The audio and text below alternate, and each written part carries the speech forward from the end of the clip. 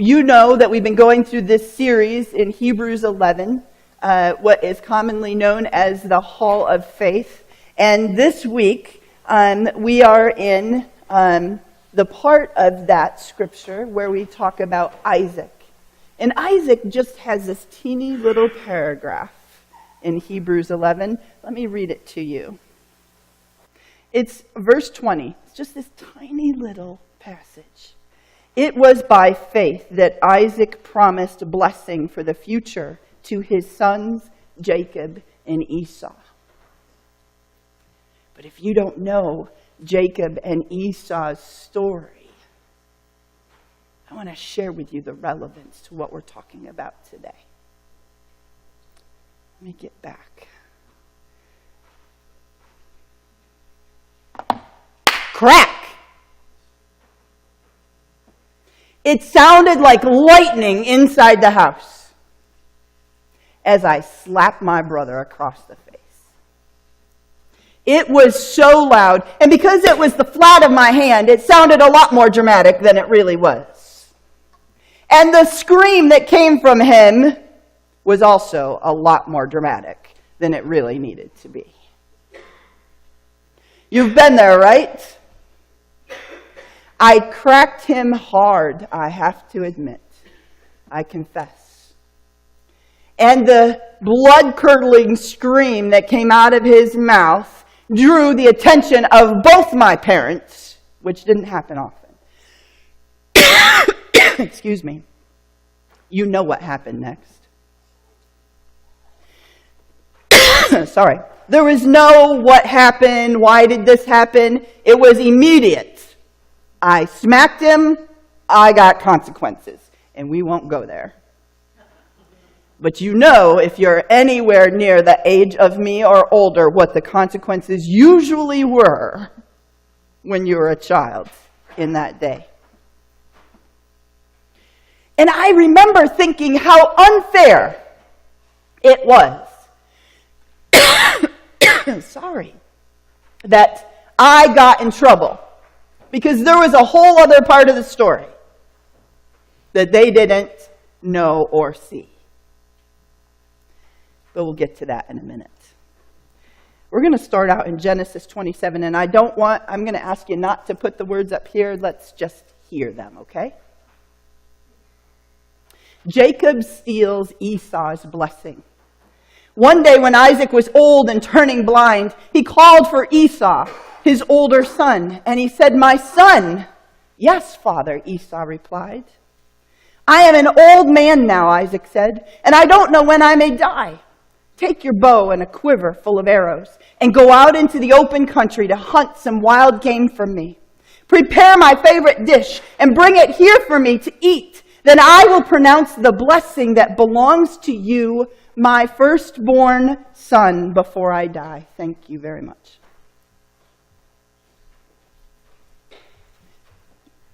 But Rebekah, their mom, overheard what Isaac had said to his son Esau.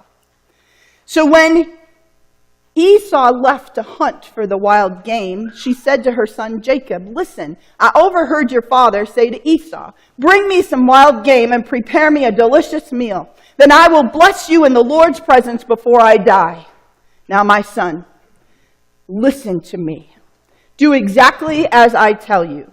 Go out to the flocks and bring me 2 fine young goats. I'll use them to prepare your father's favorite dish. Then take the food to your father so that he can eat it and bless you before he dies."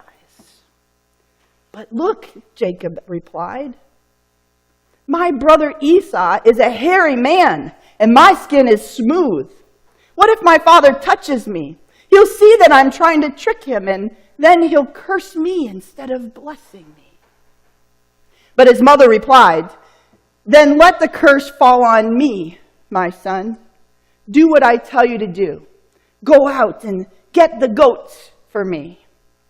So Jacob went out and he got the young goats for his mother Rebekah. She took them and prepared a delicious meal, just the way Isaac liked it. Then she took Esau's favorite clothes, which were there in the house, and gave them to her younger son Jacob. She covered his arms and the smooth part of his neck with the skin of the young goats. Then she gave Jacob the delicious meal, including freshly baked bread. So Jacob took the food to his father. "My father," he said. "Yes, my son," Isaac answered. "Who are you, Esau or Jacob?" Jacob replied, "It's Esau, your firstborn son. I've done as you told me. Here is the wild game. Now sit up and eat it so that you can give me your blessing." Isaac asked, "How did you find it so quickly, my son?" "The Lord your God put it in my path," Jacob replied. Then Isaac said to Jacob, "Come closer so I can touch you and make sure that you really are Esau." So Jacob went closer to his father, and Isaac touched him. "The voice is Jacob's, but the hands are Esau's," Isaac said. But he did not recognize Jacob because Jacob's hands felt hairy just like Esau's. So Isaac prepared to bless Jacob. "But are you really my son Esau?" he asked. "Yes, I am," Jacob replied. Then Isaac said, "Now, my son, bring me the wild game, let me eat it, and then I will give you my blessing." So Jacob took the food to his father, and Isaac ate it. He also drank the wine that Jacob served him. Then Isaac said to Jacob, "Please come a little closer and kiss me, my son." So Jacob went over and kissed him. And when Isaac caught the smell of his clothes, he was finally convinced, and he blessed his son. He said, the smell of my son is like the smell of the outdoors, which the Lord has blessed." And then he gave his blessing. Doesn't that make you angry?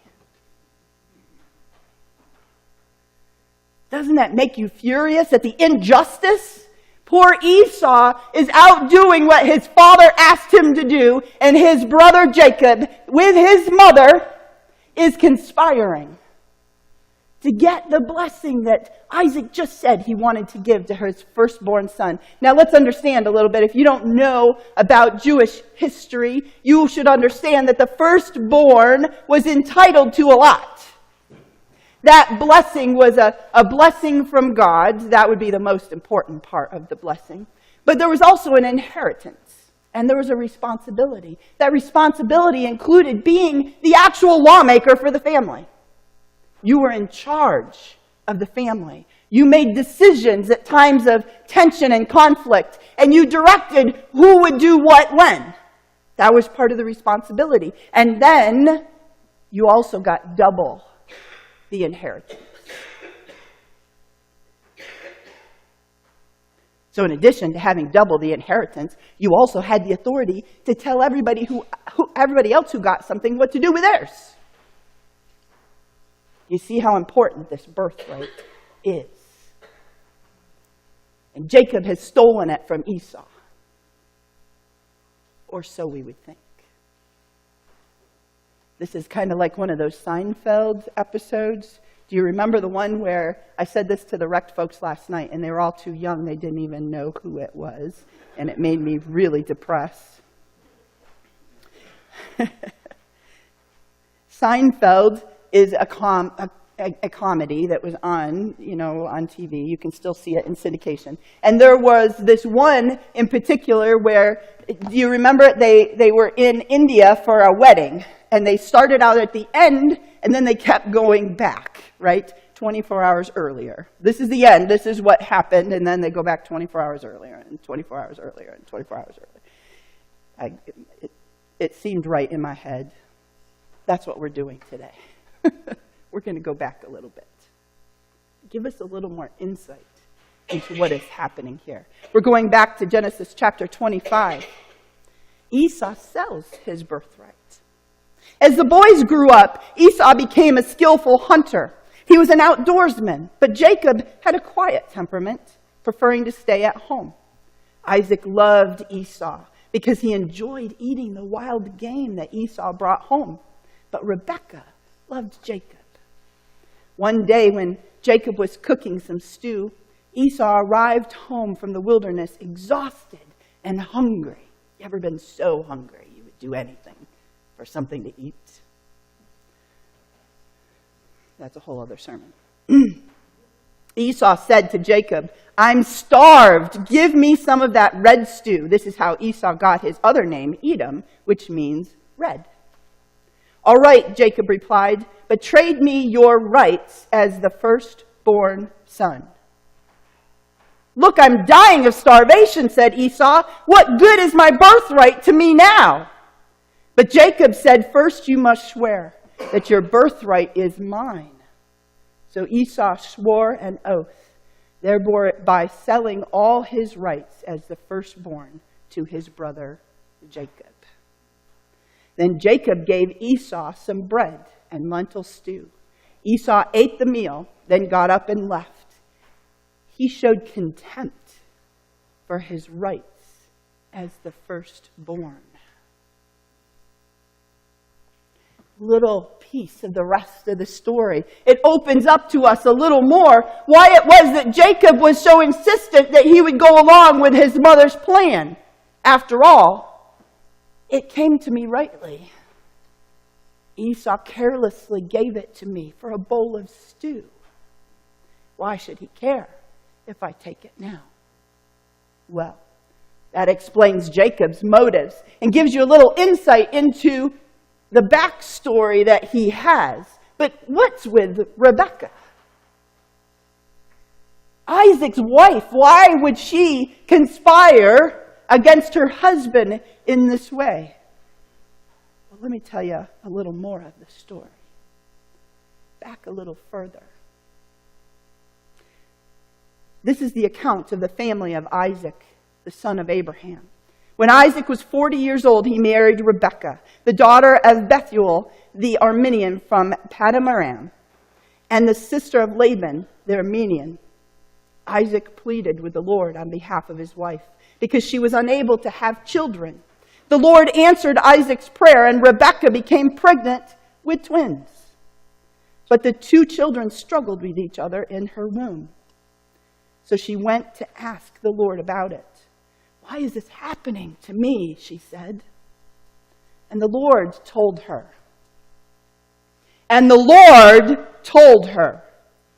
"The sons in your womb will become two nations. From the very beginning, the two nations will be rivals. One nation will be stronger than the other, and your older son will serve your younger son." And when the time came to give birth, Rebekah discovered that she did indeed have twins. The first one was very red at birth and covered with thick hair like a fur coat, so they called him Esau. Then the other twin was born with his hand grasping Esau's heel, so they named him Jacob. Isaac was 60 years old when the twins were born. Rebekah had heard from the Lord, and she knew that her son Jacob was anointed to lead their family. And Jacob went on to do wonderful things. And his faith was great, and we're going to talk about him next week. His faith was great, even as he was being deceived and going through persecution. God appointed Jacob. Isaac was stepping in front of God to give Esau a blessing that was entitled to Jacob. How much did we judge Jacob for what he did?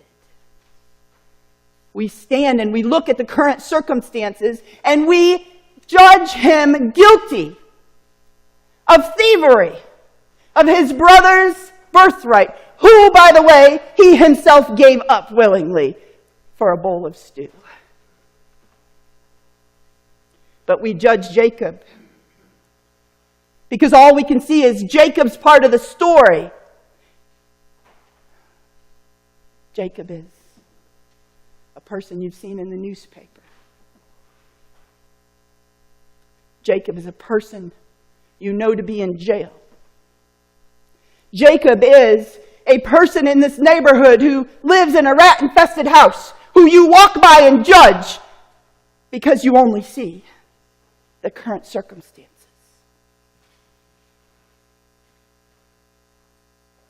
And you don't take time to look at their backstory. Too often as Christians, we have cultural biases and judgments that we just don't even know that we're using to look upon the lives of somebody that the Lord has put in front of us. We judge them as guilty without knowing how they got where they are. We sell them short by never looking at the backstory, by never looking to see how they got where they are.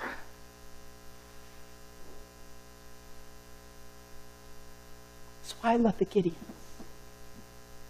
They don't care. They hand out Bibles to everybody. Everybody that the Lord puts on their heart. They give the gospel message to everyone, regardless of what part of town they encounter them in. In fact, they go to just the places we, as Christians, avoid.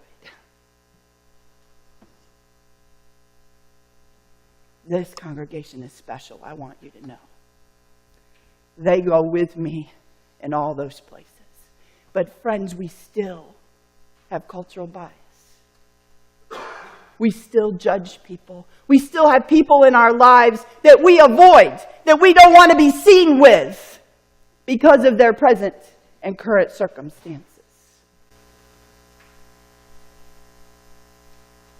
They all have a backstory. And God knows it.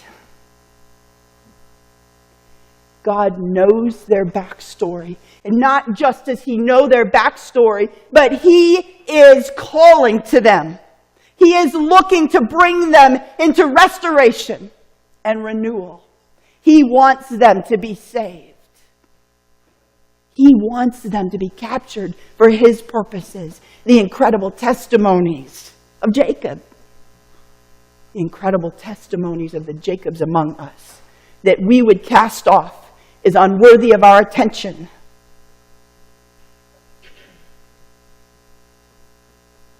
Who in your life today? Who does God have before you today? That is a Jacob. Who do you have that you avoid? That you have not learned the backstory of? Who is it? Name them in your head. Because God is calling you today to reach out to them, to learn the backstory, and to see what He sees in them. Give Him glory by acknowledging His plan. Learn the backstory. Go to coffee with them. Lift them up. Be Jesus to them. And you will be blessed. I promise you.